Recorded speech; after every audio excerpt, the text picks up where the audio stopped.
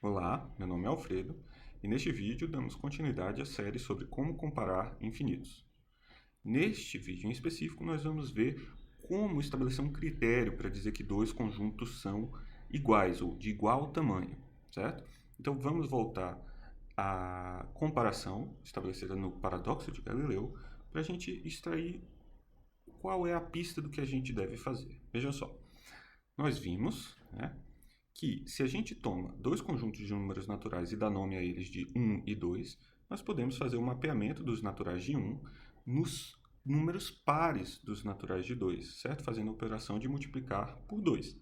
Nesse caso, vão sobrar todos os números ímpares nos naturais 2. Isso nos dá indício do quê? De que os naturais são maiores do que os próprios naturais.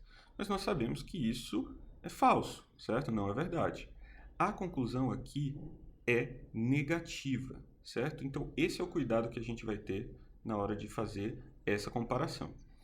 Veja, nós mapeamos os números naturais em parte dos números naturais. Isso significa que o segundo lado, ou seja, os naturais 2, que foi onde nós mapeamos, ele tem que, no mínimo, ser do mesmo tamanho que os naturais 1, que são aqueles que nós usamos para mapear. Então, a nossa conclusão vai ser um pouco mais cautelosa. Vamos dizer que n, né, o conjunto dos números naturais, não é maior que o conjunto dos números naturais, o n, certo? Ou seja, o que nós estamos dizendo é que n é maior ou igual a n. Ou seja, o que a gente quer dizer? Em outras palavras, é que ao estabelecer um mapeamento, como colocar um ao lado do outro entre dois conjuntos, o que podemos concluir é que um dos conjuntos tem que ser maior ou igual que o outro. E nesse caso agora nós não temos uma conclusão paradoxal. O n, o conjunto dos números naturais, é maior ou é igual. No caso, já sabemos que ele é igual, certo? Um conjunto tem que ter exatamente o mesmo tamanho que ele mesmo.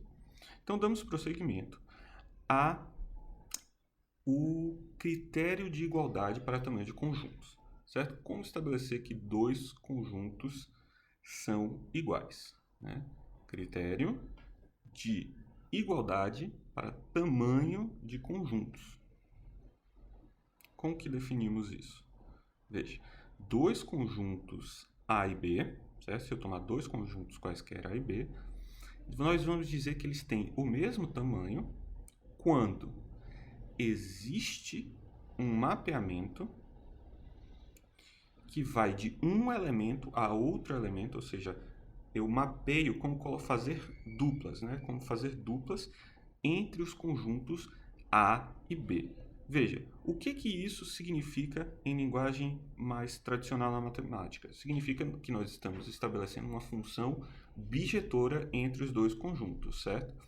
Então, no caso que a gente está chamando de mapeamento, pode ser chamado de função, e nós dizemos um para um nesse caso, afirmando que a função entre os domínio A e o contradomínio B é bijetora, certo? O que significa isso?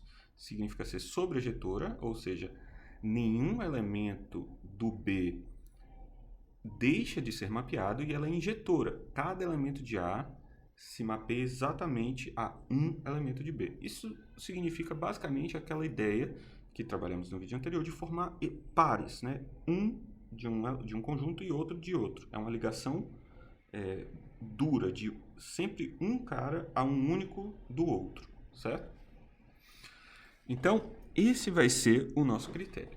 Vamos então agora trabalhar com um exemplo simples desse processo, certo? Vamos partir de um exemplo finito para ver que esse critério faz sentido. No caso finito, tudo funciona muito bem. Então vejamos um conjunto com elementos 1, 3 e um outro conjunto com elementos 2, 3 e 5, certo? No caso, nós temos dois conjuntos e eles têm tamanhos diferentes, porque a gente pode simplesmente contar. O primeiro conjunto tem 1, 2 elementos e o segundo conjunto tem 3 elementos, 1, 2 e 3, certo? O 2 é o primeiro, 3 é o segundo, 5 é o terceiro. E aí a gente sabe que eles não têm o mesmo tamanho. Mas a gente quer estabelecer a partir de um princípio que não dependa de contagem. Por quê? Porque para grandezas infinitas a gente não pode fazer contagens. Então, vejamos se o critério que nós acabamos de definir funciona bem para esse caso finito. Se eu tento fazer um mapeamento de 1 e 3 no 2, 3 e 5, eu posso ligar o 1 com o 2, o 3 com o 3 e vai sobrar o 5. Se eu tento de um outro modo, ligar 1, 3 e 5, eu ligo 1 no 3 e o 3 no 5, vai sobrar o 2. E se eu faço 1, 3 e eu ligo o 1 no 2 e o 3 no 5, vai sobrar o 3 do segundo conjunto. Ou seja, e não importa de que modo eu tente fazer o mapeamento, sempre vai sobrar alguém, certo? Então, a gente deve se perguntar, por exemplo, um caso trivial, um caso natural. Como que eu estabeleço que os naturais têm o mesmo tamanho dos naturais, que é aquilo que a gente sempre quis, ou que a gente estava estabelecendo com o paradoxo de Galileu. Para afirmar que eles têm exatamente o mesmo tamanho, nós vamos dizer que existe uma função bijetora entre eles. Simplesmente a função f de x igual a x. Eu ligo 1 no seu próprio elemento.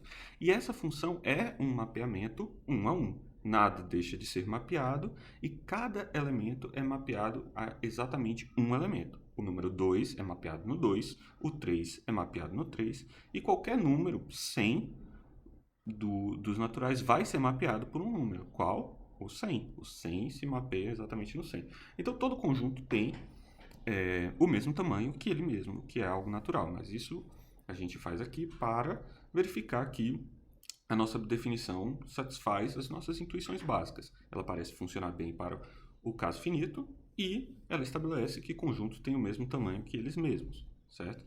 Então, vamos tentar agora aplicar este critério, né, esse critério de igualdade de tamanho, para casos um pouco mais complicados, certo?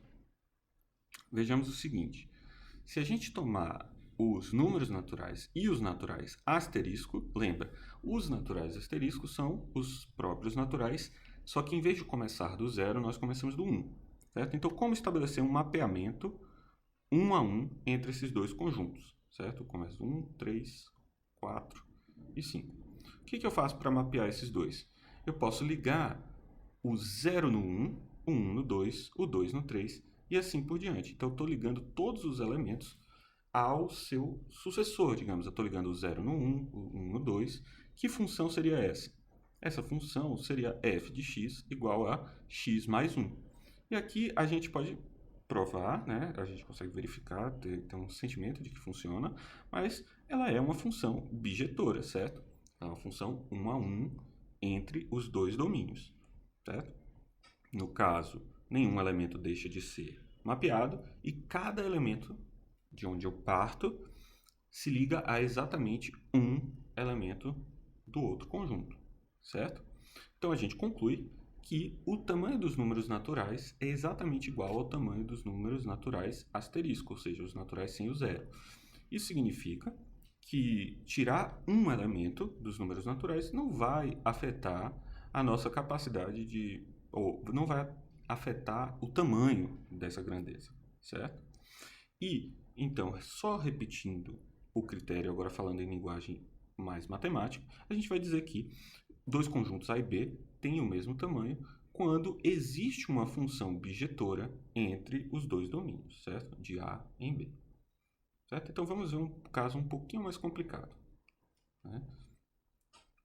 Vamos ver o caso agora entre os números naturais e os números inteiros. Como estabelecer um mapeamento entre esses dois, certo? Um mapeamento para estabelecer que eles têm o mesmo tamanho, certo? Pode ser que não exista, certo? E a gente está investigando essa possibilidade. No caso, a gente vai ver mais para frente aqueles casos em que não existe. E esses são os que a gente quer saber. A gente quer saber se existem grandezas infinitas maiores, né, superiores a, por exemplo, a dos números naturais. E é isso que a gente está buscando. Mas primeiro vamos tentar estabelecer as igualdades, certo? Então, vejamos os números inteiros. Quem são os números inteiros? São os números positivos, né, os números naturais positivos e os seus correspondentes negativos. Então, 0, 1, 2, menos 1, menos 2 e assim por diante. Como que eu vou fazer para estabelecer um mapeamento aqui. O que eu vou fazer é algo, falando em termos gráficos, né? Eu vou fazer um zigue-zague aqui entre esses elementos. O que eu vou fazer? Como eu preciso cobrir tanto os negativos como os positivos, então eu vou um pouco para frente, um pouco para trás, um pouco para frente, um pouco para trás, certo? Então o que eu vou fazer? O meu 0 eu vou ligar no 0, o 1 eu vou associar ao 1, só que agora o menos 1 eu vou associar ao 2. O 2 eu vou associar ao 3, o menos 2 ao 4 e assim por diante. Eu vou zigue-zagueando. Significa, eu estou associando um número natural a exatamente um número inteiro. Vamos explorar isso de um jeito um pouco diferente para entendermos melhor. Veja, vamos perceber que o que eu estou fazendo é mapear os números pares nos números 0, 1, menos 2, menos 3 e assim por diante.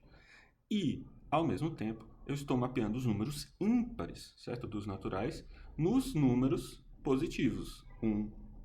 O 3 vai no 2, o 5 vai no 3, o 7 vai no 4 e assim por diante.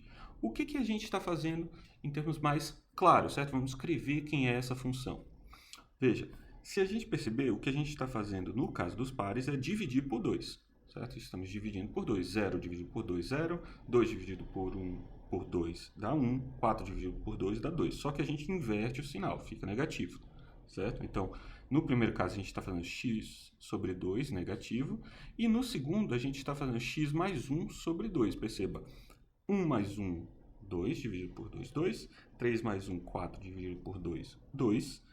5 mais 1 dividido por 2, 3, certo? 5 mais 1, 6, dividido por 2, 3. Então, vamos escrever precisamente quem é a função bijetora, o mapeamento 1 a 1, entre o conjunto dos números naturais e o conjunto dos números inteiros.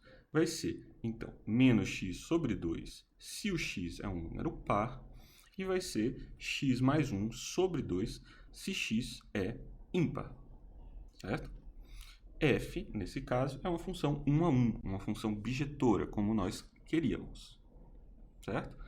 Agora, alguns de vocês devem estar se perguntando, e isso é o que nós vamos fazer no próximo vídeo, que é, mas quem são os casos em que eu não vou conseguir estabelecer essa igualdade? Será que todas as grandezas infinitas são exatamente do mesmo tamanho? Bom, isso não é verdade. Existem grandezas de infinitos superiores. Mas, no próximo vídeo, ainda vamos estabelecer um caso mais surpreendente em que os dois conjuntos infinitos têm o mesmo tamanho. Nesse caso, a gente vai estabelecer que os números naturais são do mesmo tamanho que os números racionais, que a gente usa a letra Q para representar, né? Os números racionais são aqueles números em que eu posso escrever como a divisão entre dois números inteiros, né? A e B, por exemplo. Ou números que a gente chama de fração, como 0,1, 0,15, certo? Números com vírgula, certo?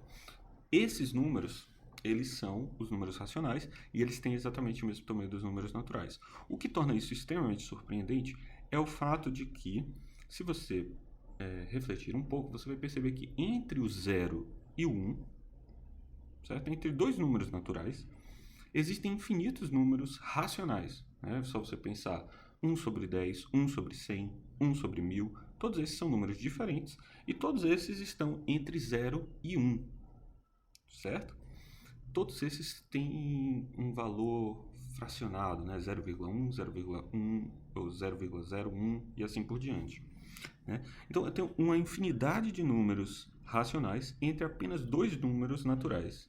Isso não significa que os números racionais são maiores que os números naturais? A gente vai ver que não. Tem um modo de estabelecer uma relação bijetora entre os dois domínios, ou seja, colocar, literalmente dizendo, cada número um do lado do outro. Se você coloca um do lado do outro, você sabe que eles têm o mesmo tamanho, certo? Eles precisam ter o mesmo tamanho. Então, é isso que a gente vai fazer no próximo vídeo e nos seguintes falar sobre grandezas infinitas superiores. Obrigado e até o próximo vídeo.